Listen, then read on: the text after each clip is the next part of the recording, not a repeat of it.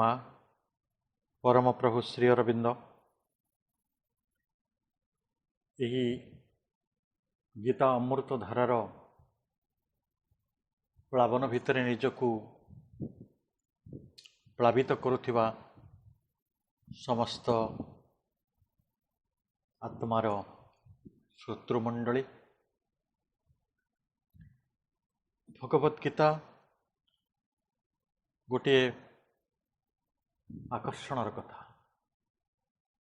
भगवत गीता सत्य उद्घाटनर एक गाथा, रहस्य उन्मोचनर एक पंथा। आमे विगत दिन रे अध्याय 2 रो 17तम 18तम श्लोक दुईटी पढ़ी। से विशेषत्व या थिला जे दुईटी जाक श्लोक सत तत्वर विवेचना करिछि। सत तत्व कहले ट्रू एक्जिस्टेंस, ट्रू एसेंस। तेणु जहाँ अविनाशी, जहाँ अप्रमेय, जहाँ नित्य, जहाँ अव्यय, ये समस्तर धारणा आत्मा संपर्क रे देइछंती। एवं जदि आमे सतर अनुभव करि पारू ताहले आमको कर्तव्य पालन करिवा सहज होई थाए। तेणु सांख्य जोगर विशेषत्व एठी रहिछि जे कोनोसी अनुष्ठान आचरण करिबारे मनुष्यर पूर्ण स्वतंत्रता रहिछि। एपरिकी कर्मर स्वतंत्रता रहिछि। जेभली युद्धरे निजको प्रवर्तित हवा पाई जेतेबेले कुंठाग्रस्त अर्जुन मना करुथिले, अस्वीकार करुथिले, सेतेबेले तांको युद्धरे प्रवृत्त हवा पाई, संलग्न हवा पाई श्रीकृष्णଙ୍କର उपदेश रहिछि। एवं व्यावहारिक कर्म शास्त्र विधान अनुसार जदिओ नियंत्रित हुए तथापि सांख्य योग अनुसार सत और असतर विवेचना होछि कर्तव्य कर्मर सबुठारु बड़ निर्धारक। जो कार्य नित्य, जो कार्य सही अप्रमेय अविनाशी तत्व पाई सहायक, ये समस्त जे करणीय से कथाटी को गीता उपदेश देउछंती। तेणु अनेक समय ये जो गीता को आम विचार करुछु एथिरु बहु प्रमाण आमको मिलुछि। से प्रमाण हैला सांख्य योग और कर्म योग दुईटी जाक परमात्मा प्राप्ति निमंते स्वतंत्र साधना। एथिरे वर्ण आश्रम उपरे बेसी किछि गुरुत्व दिया जाए नहीं। आजिर अध्ययन आमे 19 श्लोक करिबा। 19 श्लोक एभली, ज एनं वेत्ति हन्तारं जह च एनं मन्यते हतम् उभौ तौ न विजानीतो न अयं हन्ति न हन्यते।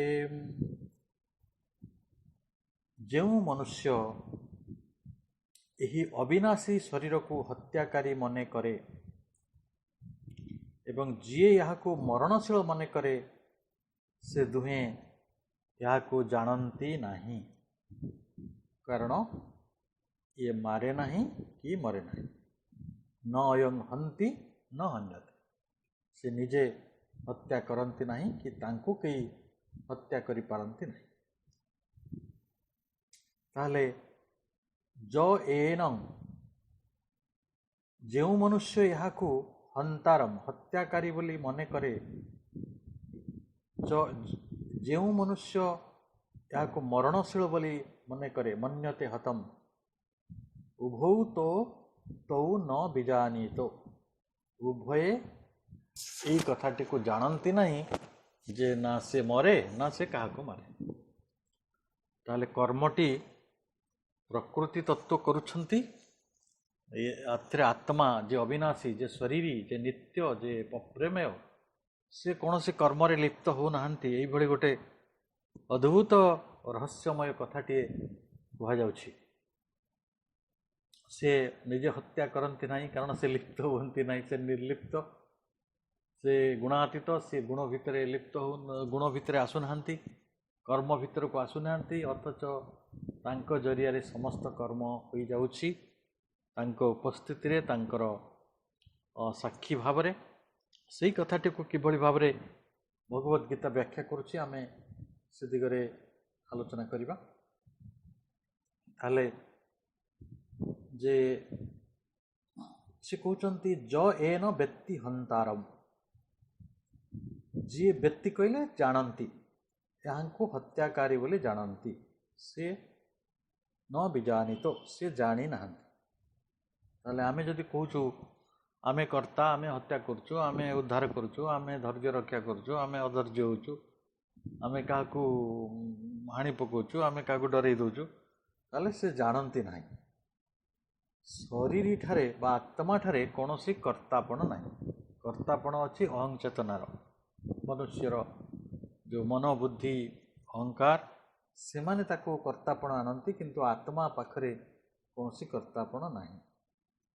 तेणु कौनसी कारीगर जेते चतुर होइथाउ ना कहीं जे बिना साधन बा बिना जंत्रपाति रे बिना करण रे से किछि कार्य करि परिबो नाही। ताहले एई जो शरीरी से शरीर बिना स्वयं किछि कार्य करि परिबे नाही। ताहले संकट होउची जे शरीरी शरीर को उपयोग करी कार्य कले मध्य कर्म भितरे से लिप्त हो नांती, ना से हत्या करुछंती ना से हत्या भितरे निजको शामिल करि पारुछंती। तेणु त्रयोदश अध्याय रे आमे जेतेबेले क्षेत्र क्षेत्र योग्य पढ़िबा सेतेबेले स्पष्ट भाव में कह जाइछि 29तम श्लोक रे जे क्रिया प्रकृति द्वारा होउछि, शरीर अकर्तापण अनुभव करने को हुए। ताले आत्मा जे शरीरी से अकर्ता, अर्थात शरीर ठारे कौनसी कर्तृत्व नहीं, किंतु शरीर सहित सी संबंध जोड़िकी निजको कर्ता बोली मन करुछि। तेणु शरीर सहित जो संबंधटी जेते पर्यंत तार रही सेते पर्यंत से निजको कर्ता बोली मन करुथिबो। तेणु कह जाउछि जस्येन ज च एनम मन्यते हतम, जे याकू मरणशील मन करे से मध्य ठीक कथा जानी ना। कहीं ना एई शरीर पाखरे किछि विकृति नहीं, किछि परिवर्तन नहीं, किछि उत्पत्ति नहीं, कि किछि विनाश मध्य नहीं, अविनाशी। ताहले जदि तार उत्पत्ति विनाश नहीं ताले से मरी पारिबो केमि? भूतौ न विजानितो नायं हन्ति न हन्यते, से माने जानती नहीं जे शरीर को हत्याकारी मन करे से भी ठीक जाने नहीं, एवं जेहाकू मरणशील मन करे से ठीक जाने नहीं। ताहले ये प्रश्न उठुची, ताहले जदि आत्मा को जड़े हत्याकारी आ मरणशील उभय मन करिवो से कौन ठीक कथा जाने? किंतु आर उत्तर कौन हम जे शरीर वास्तव रे एपरी नुहे, यह नाशकारी नुहे कि नष्टकारी नुहे, यह निर्विकार रूप अनुक्षण जतावत रहे, परिवर्तन नहीं, विकार नहीं। सुतरां अर्जुन को उपदेश है शरीर पाई एठी तमे मारुछ मरुछ मारुछ मरुछ ये जो धारणा गुड़िक अर्जुन उत्थापन करिसेंती ए गुड़िक सत्य नुहे। ताहले आमको जेतेबेले आमे एई जीव मानक कथा पढ़ुछु जे जीव माने अस्त्र शस्त्र रे आघात प्राप्त हुअन्ति, जनकर क्रोधर शिकार हुअन्ति, ଜଣଙ୍କର ହିଂସାର ଶିକାର ହୁଅନ୍ତି ତାହେଲେ କେଉଁଟା କ୍ଷତ ବିକ୍ଷତ ହୁଏ, କେଉଁଟା ଆଘାତ ପାଏ? ଶରୀର ଆଘାତ ପାଏ, କିନ୍ତୁ ଆତ୍ମା ହତ ହୁଏ ନାହିଁ। ଆତ୍ମା ଏତେ ସୂକ୍ଷ୍ମ, କ୍ଷୁଦ୍ରାଦପି କ୍ଷୁଦ୍ର, ଯେ ତାକୁ କୌଣସି ଭୌତିକ ଅସ୍ତ୍ରଶସ୍ତ୍ରରେ ହତ୍ୟା କରିବା ସମ୍ଭବ ନୁହେଁ। ଇଏ ତ ଗୋଟେ ଭୌତିକ ବସ୍ତୁ ନୁହେଁ ଯେ ତାକୁ ଛୁଇଁ ହେବ। ସିଏ ଗୋଟେ ଚେତନାଗତ ଗୋଟେ ଶକ୍ତି, ଚିତ୍ ଶକ୍ତିଟିଏ। ଏବଂ ସେତେବେଳେ ଶକ୍ତିକୁ ଆପଣ ଗୋଟେ ଆକାଶ ଭଳି ତତ୍ତ୍ୱକୁ ଯଦି ଯେତେ ଯାହା ଆଘାତ କରନ୍ତୁ ନା କାହିଁକି ତାର କିଛି କ୍ଷତି ହେବ ନାହିଁ। ତାହେଲେ ଆମେ ଏକଥା ମଧ୍ୟ ବହୁତ ନିଶ୍ଚିତ ହେଉଛେ ଯେ ଜୀବାତ୍ମା ନାଶଶୀଳ ନୁହେଁ, କେହି ତାକୁ ହତ୍ୟା କରିପାରିବେ ନାହିଁ। କାରଣ ତା ଦିବ୍ୟ, ତା ସନାତନ, ତା ନିତ୍ୟ, ତା ଅବିନାଶୀ, ତା ଅବ୍ୟୟ, ତ ଯେତେବେଳେ ଅପ୍ରମେୟ, ତେଣୁ ଏଇ ଯେଉଁ ନାଶଶୀଳ ଯାହାକୁ ହତ୍ୟା କରାଯାଇପାରେ ତାହା ହେଉଛି ଶରୀର। ତାହେଲେ ଶରୀରଟି ନାଶ ହେଲେ ଯେ ବହୁତ କିଛି ନାଶ ହେଇଗଲା, ଏ ଯେଉଁ ଆପରେ ଆମେ ଭାବୁଛୁ, ଯେଭଳି ଅର୍ଜୁନ ଭାବୁଥିଲା ସେଇ କଥାଟି ଯେ ବୈଦିକ ଉପଦେଶ କହୁଛନ୍ତି ଯେ କ'ଣ କହୁଛନ୍ତି ନା ପ୍ରକୃତରେ ଆତ୍ମାର ବିନାଶ ହେଉନାହିଁ, ଶରୀରର ବିନାଶ ହେଉଛି। ଶରୀର ଆମେ, ଆମର ଅସ୍ତିତ୍ୱ ନୁହେଁ, ସତ୍ ଅସ୍ତିତ୍ୱ ନୁହେଁ, ଆମେ ସତ୍ ସ୍ୱରୂପ ନୁହେଁ, ଆମର ସତ୍ ସତ୍ତା ମଧ୍ୟ ନୁହେଁ।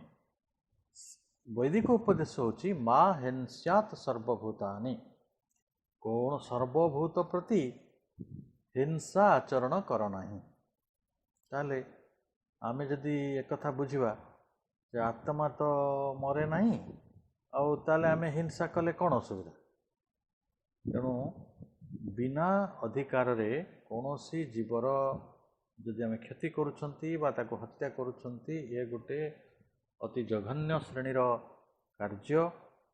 ଏବଂ ଯଦି ସେ ସମାଜର ବା ରାଜ୍ୟର, ରାଷ୍ଟ୍ରର ବା ଗୋଟେ ଅନୁଷ୍ଠାନର, ସେ ସରକାର ସେ ଅନୁଷ୍ଠାନ ହେଇପାରନ୍ତି, ଯଦି ତାଙ୍କ ନିୟମ ଥାଏ, ତାହେଲେ ଯଦି ଗୋଟେ ଦିବ୍ୟ ନିୟମ ବି ଥାଏ, ତାହେଲେ ସେଠି ଅନ୍ୟର ଜୀବନଟିକୁ ବିଘ୍ନିତ କଲା ଭଳି ଆମ ପାଖରେ ପ୍ରକୃତରେ କିଛି ଅଧିକାର ନାହିଁ। କିନ୍ତୁ ଏଇ ଯେଉଁ କ୍ଷେତ୍ର କଥା କୁହାଯାଉଛି ଅର୍ଜୁନଙ୍କର ସମସ୍ୟା, ସେଇ ଜାଗାରେ ଅଧିକାର ରହିଛି। କାରଣ ସିଏ ହେଉଛନ୍ତି ଜଣେ ଯୋଦ୍ଧା, ଜଣେ କ୍ଷତ୍ରିୟ, ଜଣେ ପ୍ରତିପକ୍ଷ ଯୋଦ୍ଧା। ତାଙ୍କୁ ଯୁଦ୍ଧର ଆହ୍ୱାନ ଦିଆଯାଇଛି, ଯୁଦ୍ଧ ପାଇଁ ଡାକରା ଆସିଛି, ଯୁଦ୍ଧ ପାଇଁ ନିମନ୍ତ୍ରଣ ମିଳିଛି, ଯୁଦ୍ଧ ପାଇଁ ପ୍ରଥମେ ପ୍ରସ୍ତୁତି ହେଇଛି ଏବଂ ଯୁଦ୍ଧର ଡାକରା ଦିଆଯାଇଛି। ଶଙ୍ଖ ବାଜିଛି, ଭେରୀ ବାଜିଛି, ସମସ୍ତେ ଉପସ୍ଥିତ ହେଇସାରିଛନ୍ତି। ଅର୍ଥାତ୍ ବର୍ତ୍ତମାନ ଅସ୍ତ୍ରର ଘାତ, ଅସ୍ତ୍ରର ପ୍ରତି ଆଘାତ, ୟାକୁ ସବୁ ସମସ୍ତେ ଗ୍ରହଣ କରିବା ପାଇଁ ଏକ ପ୍ରକାର ମାନେ ପ୍ରସ୍ତୁତ। ଏଠି ମନ ଇଚ୍ଛା କିଏ ଗୋଟେ କାହାର ଅଧିକାର ବାହାରେ କାହାକୁ ଆକ୍ରମଣ କରୁନାହିଁ। ଅର୍ଥାତ୍ ଏ ବହୁତ ହିଂସା ଅହିଂସାର କଥାଟି ଆମେ ଭଲ ଭାବରେ ବୁଝିଲେ। କାରଣ ଯୁଦ୍ଧ କ୍ଷେତ୍ରକୁ ଯେଉଁମାନେ ଯାଇଛନ୍ତି ସେମାନେ ଜାଣନ୍ତି ଯେ କେବେ ନା କେବେ ଆମମାନଙ୍କୁ ଆଘାତ ହେବ, ଅସ୍ତ୍ରଶସ୍ତ୍ରର ଆଘାତ ହେବ। ତାହେଲେ ଆତ୍ମା ଅବିକାରୀ, ଅବିନାଶୀ, ଆତ୍ମାକୁ କେହି ମାରିପାରିବେ ନାହିଁ, ଆତ୍ମା କେବେ ମରେ ନାହିଁ। ତେଣୁ ଶରୀର ଯଦି ବିନାଶ ପ୍ରାପ୍ତ ହୁଏ, ଆତ୍ମା ମୃତ ହୁଏ ନାହିଁ। ଏ କଥାଟି ଯେତେବେଳେ ଆମେ ପଢ଼ିଲେ, ଆମେ ଏକଥା ମଧ୍ୟ ଜାଣିଲେ ଯେ ଆତ୍ମାକୁ ହତ୍ୟା କରିବା ସମ୍ଭବ ନୁହେଁ। ଆତ୍ମା ନିଜେ ନା ହତ ହେଉଛି, ନା ସେ କାହାକୁ ମାରୁଛି, ନିଜେ କାହାକୁ ହତ୍ୟା କରୁଛି। କିନ୍ତୁ ଅନେକ ସମୟରେ ଆମେ ବୃଥା ବିବାଦ କରିଥାଉ, ଆଉ ସେ ବିବାଦ ଗୁଡ଼ିକ ପ୍ରକୃତରେ ତତ୍ତ୍ୱକୁ ଜାଣିଲେ ମୀମାଂସାଟି ଜାଣି ହେବ ଏବଂ ଆମେ ସେତେବେଳେ ବୁଝିପାରିବା ଯେ କେଉଁ ପରିସ୍ଥିତିରେ ଯେଉଁ ଆଘାତ ହେଉଛି, ଯେଉଁ ହତ୍ୟା ହେଉଛି, ସେଇଟା କେତେ ଦୂର ଠିକ୍ ଆଉ ଭୁଲ, ଏ ସମସ୍ତ କଥା ନିର୍ଭର କରେ ପରିସ୍ଥିତି, କେଉଁ ପରିସ୍ଥିତିରେ ଶରୀର ଧାରଣକାରୀ ଶରୀରୀମାନେ ବା ସେ ଆତ୍ମାମାନେ କାହିଁକି ଯୁଦ୍ଧ କ୍ଷେତ୍ରକୁ ଆସିଛନ୍ତି ବା ଆସି ନାହାନ୍ତି, ସେ ସବୁ ଉପରେ ନିର୍ଭର କରେ ପରିସ୍ଥିତିର ଗୁରୁତ୍ୱ ଉପରେ। ଏବଂ ଜୀବ କିଭଳି ନିଜର ଅହଙ୍କାରରୁ ମୁକ୍ତ ହେବ ଯେ ସେ ହତ୍ୟାକାରୀ ନୁହେଁ କି ସେ ହତ ହେଉନାହିଁ, ତା'ର ଯେଉଁ ଅହଂ ଚେତନା ରହିଛି, ସେହି ତାକୁ ବାରମ୍ବାର ଗୋଟେ ବୁଝେଇ ଦେଉଛି ଯେ ସେ ହେଉଛି ଗୋଟେ कर्ता ताले जितेबाला आम यही आलोचनाटी को पढ़िले सेतेबाला आमको आहरी सुंदर भाव कहुच्छी जे ये आत्मा हूँ बॉडी ड्वेलर शरीर भितर से बास करिछि बा शरीर को आधार करी से तिष्ठि रही जितेबाला अर्जुन ये प्रश्न उठेला जे who will be held responsible for killing his kinsman तांकर जो प्रिय परिजन तांको हत्या करियार जो पाप बा हत्या करिवार जो दायित्व तांको उपरे न्यस्त हो जे हाँ ये ही हत्याकारी ताले एठी श्री माने श्रीकृष्ण कहउचंती जे आमे को बुझिया को पड़िबो जे आम भितरे गोटे एटर्नल एसेंस रही that eternal essence doesn't kill nor does it die from someone else trying to kill it जड़े जदि ताको चाहे हत्या करने भी हत्या करि परिबनी आ सही जो एटर्नल एसेंस जो मूल सत्ता रही जो शाश्वत सत्ता आम भितर अच्छी जहाँ को आम आत्मा बोली जानू सी मध्य चाहिए हत हो पार ना ताले आम पाई ये लागू हम कि आम पाई जदि लागू हम केते बेले जिते बेले आमे आमे ओरियर होइतिबा युद्धा होइतिबा युद्ध क्षेत्र में उपस्थित थिबा तो सही जगह यही नियमटी लागू हम कारण स्वाभाविक भाव में युद्ध रे हत्या करवा उभय हत हवा यहाँ गोटे सेठिकार एक स्वाभाविक स्वतस्फूर्त घटना एवं जहाँ किछि घटे सेटा शरीर तलरे बा शरीर लेवल रे घटे तेणु आमे यही परिभाषा रे पहुँचुछु जे जो act of slaying to performance of any action and being slain to any change और मॉडिफिकेशन एटा केवल शरीर क्षेत्र रे घटुची eternal essence never performance any action nor does it undergo any change और मॉडिफिकेशन ना ये किसी परिवर्तन भीतर को जाउची ना ये किसी विकृति भीतर को जाउची मने करंतु आमे देखिबा सूर्यंकर उपस्थिति को देखिबा सूर्य आकाश रे अछंती से किछि जीवन रे हमर जो नो एक्टिविटी जदि जदि सूर्य न थांते ताहले आम एई पृथ्वी रे हे तो अनेक एक्टिविटी संभव हो पारंता नहीं एपरिक जीवन मध्य संभव होता नहीं ताले तांको उपस्थिति रे जदि यही जगत रे बहुत प्रकार असुविधा हुए कारण तांकर उपस्थिति जोगु ये जगतटी चली बहुत सुंदर उदाहरण यहाँ जे जगतटी चली जमिति आम आत्मार उपस्थिति कारण आम शरीर क्रिया गुड़िक चली ताले शरीर क्रिया गुड़िक आदो शरीर बा आत्मा दायी हेबे नहीं से भली आम प्लानेट रे आम जीवन क्षेत्र रे आम ग्रह रे जो जो असुविधा गुड़िक होची सेतिपाई सूर्य दायी नुहंती आमर प्राणिक जीवन रे मनीष जीवन रे अनेक प्रकार एपरिक उद्भिद जगत रे बहु प्रकार समस्या होची एवं सेतिपाई आमे सूर्य को दायी करि परिबा नाही but does the sun perform an action pertaining to growing plant और एनिमल किंतु सूर्य तो सब किछि करूछन प्राणी मानकर उत्पादन ठारू प्राणी मानकर वर्धन प्राणी मानकर जीवन ये सब किछि निर्भर करछि सूर्यंकर उपस्थिति उपरे अथच प्राणीर जो भल मंद रही पाप पुण्य रही तार जो भूल ठीक रही से सब पाई आमे सूर्य को दायी करि परिबा नाही सेही भली आम से जेहेतु सकल शक्तिर आधार ये ग्रह नक्षत्र को से सृजन करिसंती ताको परिपालित करुछंती ताको शक्ति प्रदान करुछंती तांको बिना ये जगत रे किछि भी होई परिबा नाही किंतु एठी जेते भूल त्रुटि हबो पृथ्वी रे सेति पई सूर्य को आमे दायी करि परिबा नाही तेणु सेही जगह रे सूर्य जो भली एक्शनलेस और चेंजलेस होइक रहिचंती अपरिवर्तनीय अविनाशी होइक रहिचंती सेही भली आम आत्मा बा आम देही बा आमर शरीरी ସିଏ ଶରୀର କ୍ଷେତ୍ରରେ ସେଇଭଳି ବ୍ୟବହାର କରେ। ତାଙ୍କ ଉପସ୍ଥିତି ଯୋଗୁଁ ଶରୀର ସବୁ କାର୍ଯ୍ୟ କରିପାରୁଛି, କିନ୍ତୁ ଶରୀରର ତାର ଯେଉଁ ଗୁଣ, ତାର ଯେଉଁ କ୍ରିୟା, ସେଥିପାଇଁ ସୂର୍ଯ୍ୟ ଯେଭଳି ଦାୟୀ ନୁହନ୍ତି ପୃଥିବୀର କୌଣସି ଘଟଣା ପାଇଁ, ସେଇଭଳି ଆତ୍ମା ମଧ୍ୟ ଶରୀରର କୌଣସି କ୍ରିୟା ପାଇଁ ଦାୟୀ ହୋଇପାରନ୍ତି ନାହିଁ।